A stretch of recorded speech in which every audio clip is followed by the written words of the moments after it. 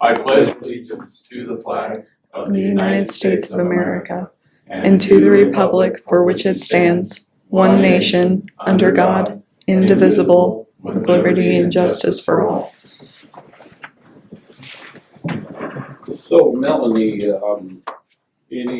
I do have the one addition after yesterday, and that would be for the board to consider appointing Darwin to be the lead person for the special advisory group on the EPSEC process. So we'd like to have that, and that came about after our conversation yesterday. Are you good with that? That's the agenda. Any other additions or deletions? Yeah, I have some that I talked about yesterday. The petition for order designating a newspaper, the MOU between Klamath County Juvenile and Lake County, the MOU between Klamath County Sheriff and Lake County. Very good. No deletions. Commissioner, you're good with the agenda? Yes, sir. All right. So, the ever popular public comments. Mr. Brown, do you have any public comments or any, if you would like, you take a short time for a small update if you'd like. Sure, If you, sure. and you're welcome to come up and do it. Would you like me to come up there? I would love an update, just because of, Jake would love for me to come up there too, I can tell. We gotta maintain 6 foot here, and that was about and, 5'11" We wanna hear everything. appreciate, I didn't mean to just put you on the spot, but I know you deal with a lot of different things, but any kind of update would be great. Sure, so Steve Brown, Superintendent, Warner Creek Correctional Facility. Can you hear me okay? Perfect. Through the mask? All right. So we're fully staffed at the moment at Warner Creek, so that's good. We have some staff that are transferring and we'll be filling a couple positions, but especially during these times, it's good to have all your positions filled. We currently do not have any active COVID, any staff or AICs, adult in custody, that have tested positive for COVID, so that's good. And as you're aware, we're dealing with that issue throughout the department, around the state. There are institutions that are dealing with COVID outbreaks at the moment. And makes for challenging times in corrections. So other than that, budget-wise, we don't know anything yet. I think there's going to be another special session in July. I thought I heard to talk about budget issues for the state of Oregon. That's what they told us. That's what I heard. So for us, I know we got some information here in the last few days about what cuts may be coming, but nothing has been confirmed. So Warner Creek is on a list that is public information of one of the institutions that they put on the list to close. But I think that list included 10 correctional facilities. I think they were proposing to move forward, but given what the governor asked the Department of Corrections to do to make up that, and I can't remember the amount of money it was, but we would have had to start closing facilities July 1. Yeah, it's 17.5% times 2 basically, because it's a biennium, so it's closer to 35% if I'm not mistaken. Is that right? I think it was 8.5%, but because we're halfway through the biennium, it was 17%. Okay. Yeah. All right, that's better than my 35. Yeah, right. Yeah. So, and obviously there's been no action taken so far. And I know the governor doesn't want to do that either. But that was the exercise that we went through. So, I really don't have any other updates. Do you have any questions? Well, just because I was on the PAC for 19 years and you used the word exercise, and I probably a little more at leniency the way I talk about it, but you guys have to go through that exercise almost every legislative session, which causes a lot of turmoil, and it's always the worst case scenario, which is very hard on employees, hard on everything. But that exercise isn't new to the Department of Corrections of having to say, worst case scenario, give us how you would make it through this, or what you would cut. And so for me, as a supporter of our prison out there and everything, very frustrating at the state level for them to continue to do that to the employees and the good people that work out there, because of it can't help but cause turmoil.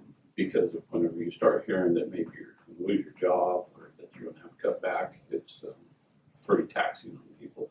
And I'm just getting a little political on you. You can't engage too much, but I appreciate over the years how this institution here has been able to keep that at a level and professionalism and be able to point out all the efficiencies of this institution. So thank you very much for that. Myself, I'm sure the board would fight very hard legislatively with our senators and representatives of the importance. Just like I said many years ago, the prison is not economic development, but it has a driver that helps our economics of Lake County.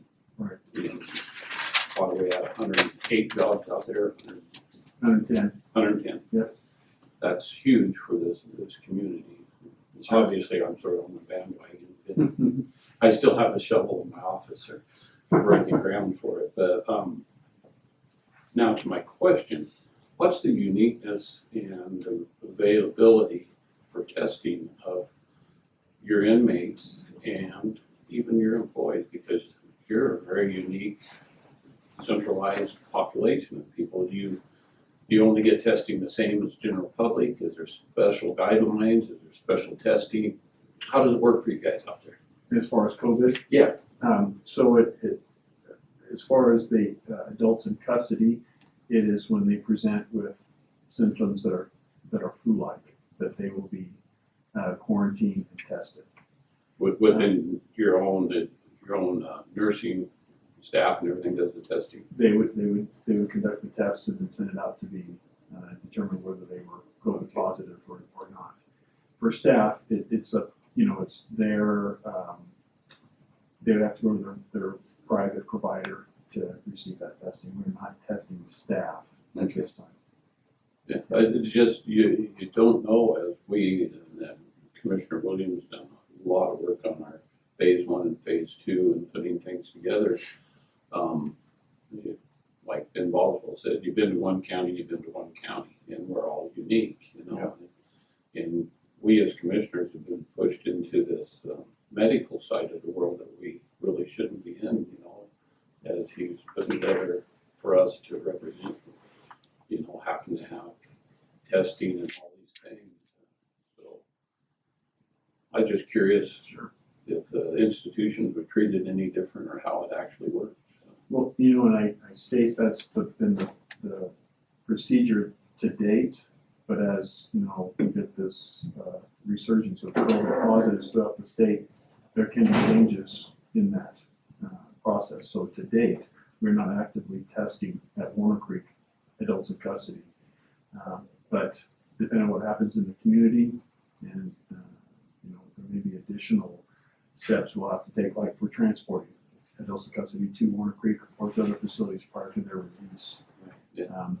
We may start testing those folks and quarantining them for that 14-day period of time or until the test comes back.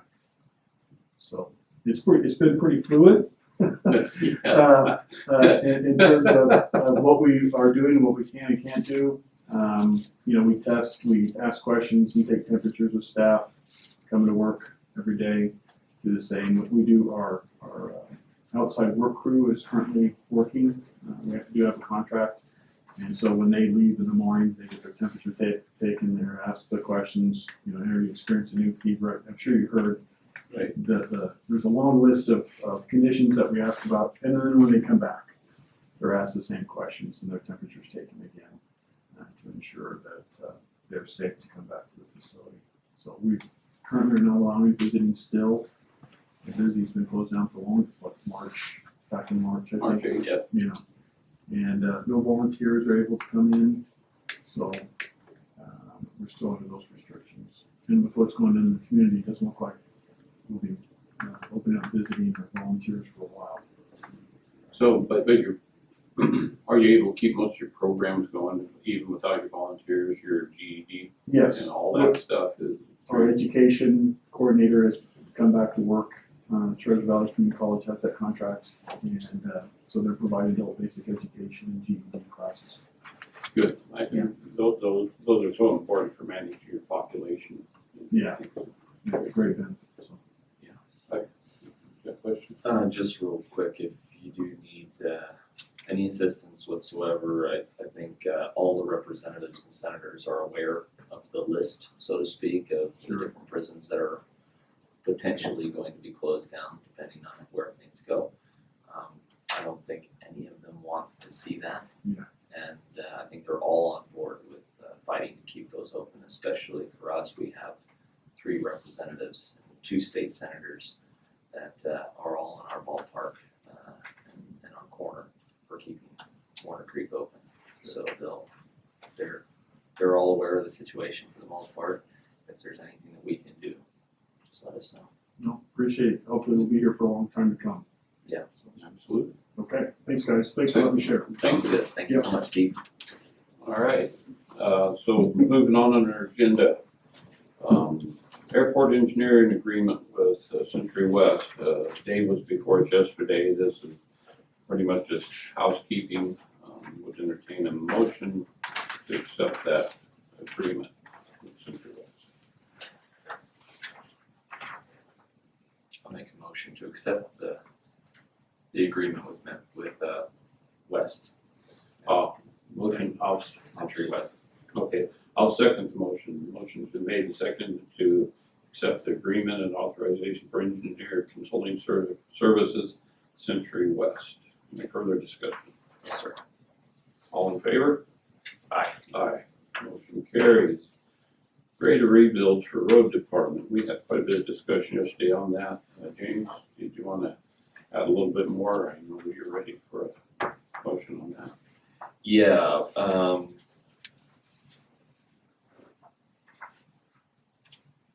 I'd like to, I just wanna make sure that the motion covers what exactly we need. Of course, the contract is for rebuild with Peterson Cat for 2 graders.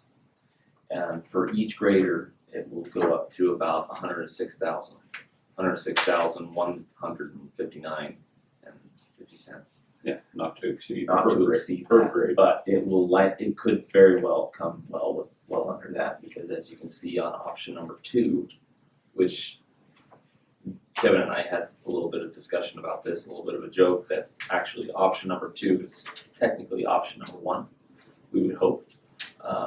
Depending on the severity of the rebuild needed, it could be as low as that. But you really don't know until you open up the machine, you get into it, and you see what needs to be replaced. And of course, we do have a year warranty with that for labor and everything else. So basically, I just want to make sure that the motion is covering all of that. So I'll make a motion to accept the greater rebuild quote with Peterson Cat for a sum not to exceed $159,50 Per grader. per grader. I'll second the motion. The motion's been made and seconded to accept the quote. It's a 2-part quote, not to exceed the said amount, 106,000 and whatever the rest was, for 2 separate graders. Any further discussion? No, sir, none from me. All in favor, say aye. Aye. Aye, motion carries. MOU between Klamath County Juvenile and Lake County. Jake, being you're here, you might as well come up. Appreciate you being here, sir. Next 2 items are yours. We'll start with the juvenile. I know everybody heard yesterday, just a quick overview, and then we'll do more.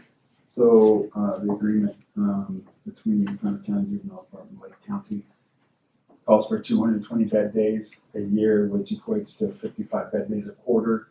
The total cost for the fiscal year is $24,200. That comes to about $6,050 a quarter, and it's kind of one of the 2 big black holes for the county, because we never know if it's just going to stay 24/2 or if it's going to be greater than that. One fiscal year it was greater than that, because we had several Measure 11 kids in detention at the same time, which sucked up our beds pretty quick and cost a little more because they were there. So currently, we're on track. We don't have anybody currently in detention. We may before too long, but I don't know. I don't make that decision right now. Anyway, so I'm asking the board to approve that MOU for $24,200. I'll make a motion to approve the MOU between Clement County Juvenile and Lake County for a total sum of $24,200. I'll second the motion. Motion's been made and seconded to approve the MOU between Klamath County Juvenile and Lake County. Fiscal impact, $24,200. Further discussion? Sir. All in favor, say aye. Aye. Aye, motion carries. Next, another MOU, sir. MOU between Klamath County Sheriff and Lake County. What that is, we call that our 1145 beds. We rent 2 beds per day for the fiscal year, which equates to 730 bed days a year. We're able to have up to 3 people occupy 3 beds at one time. We've never not used our beds. We use those beds for adults in custody upstairs that are problematic, and they can't continue to single cell them because they have someone else single cell, so we're moving to Klamath to use them for our long-term sentences. Anybody, usually more than 30 days, goes to Klamath County. Right. And the idea behind it was Senate Bill 1145 was enacted in 1997. With that came those folks who were sentenced to prison for 12 months or less, do their times in the county, do all their jail time, do all their prison time in the county jail. So they don't actually go to prison. So if we have someone that falls in that category, and that's usually probation revocations, where their probation gets revoked for anywhere from 3 to 6 months, we'll ship them, not community justice, the jail, acting as our designee, will ship those folks to Klamath County so they occupy a bed. The benefit to that is there's some treatment services available in Klamath County Jail, and there's some, because it's a bigger facility, there's more work that needs to be done, so they can earn some work credit towards some reduction of their sentence, but they also have to be involved in treatment, so it's a twofold process.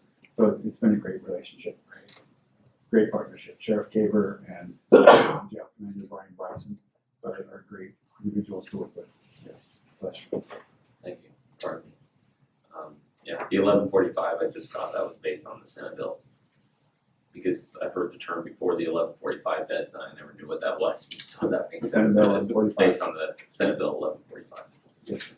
I'll make a motion to approve the MOU between Klamath County Sheriff and Lake County for a total sum of $61,000. I'll second the motion. Motion's been made and seconded to accept the MOU between Klamath County Sheriff and Lake County.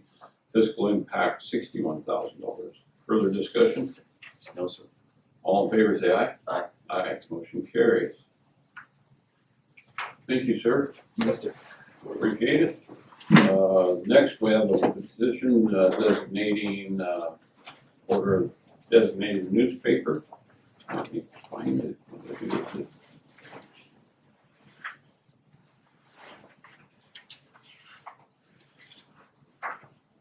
I must have misplaced mine from yesterday. Thank you, sir. It's on the second page.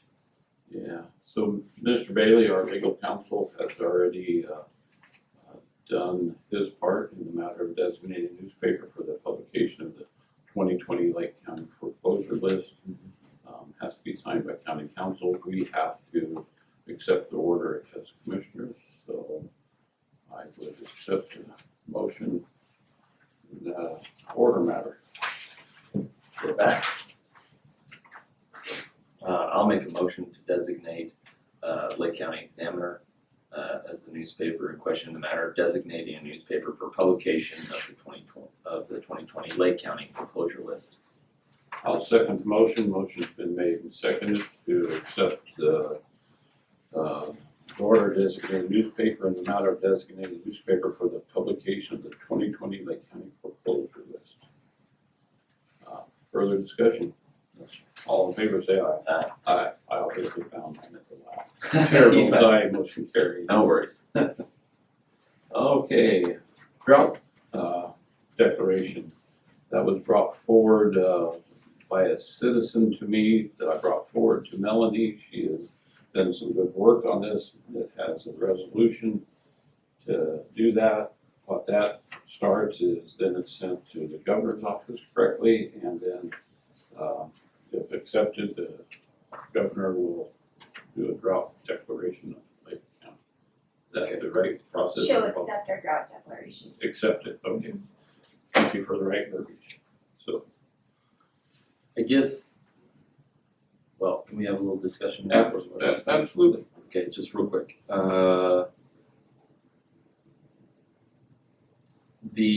It says the June through September steam flow forecast in the basin range from 41 to 47% on average. 20 Mile Creek is 39% of average. Deep Creek is 36% of average. Is that correct? I took it right from the water report Okay. from the state. Okay, because I was curious on that and I didn't remember it being that low on the steam flow forecast. And so, no, that's perfectly fine. I just wanted to make sure that a lot of times we grab these from previous years and I just wanted to make sure that this was No, current on this year. I did Okay. that one. Okay, perfect. Thank you so much, Melanie. I appreciate that. No other questions? I'm ready. I'm good. So we can take a motion. I'll make a motion. In the matter of declaring a local disaster, and request that we declare a state of drought, an emergency for Lake County, Oregon. I'll second the motion. Motion's made and seconded to accept resolution 2020-04C in the matter of declaring a declaration of a local disaster and request to declare a state drought emergency in Lake County, Oregon. Further discussion? And for me.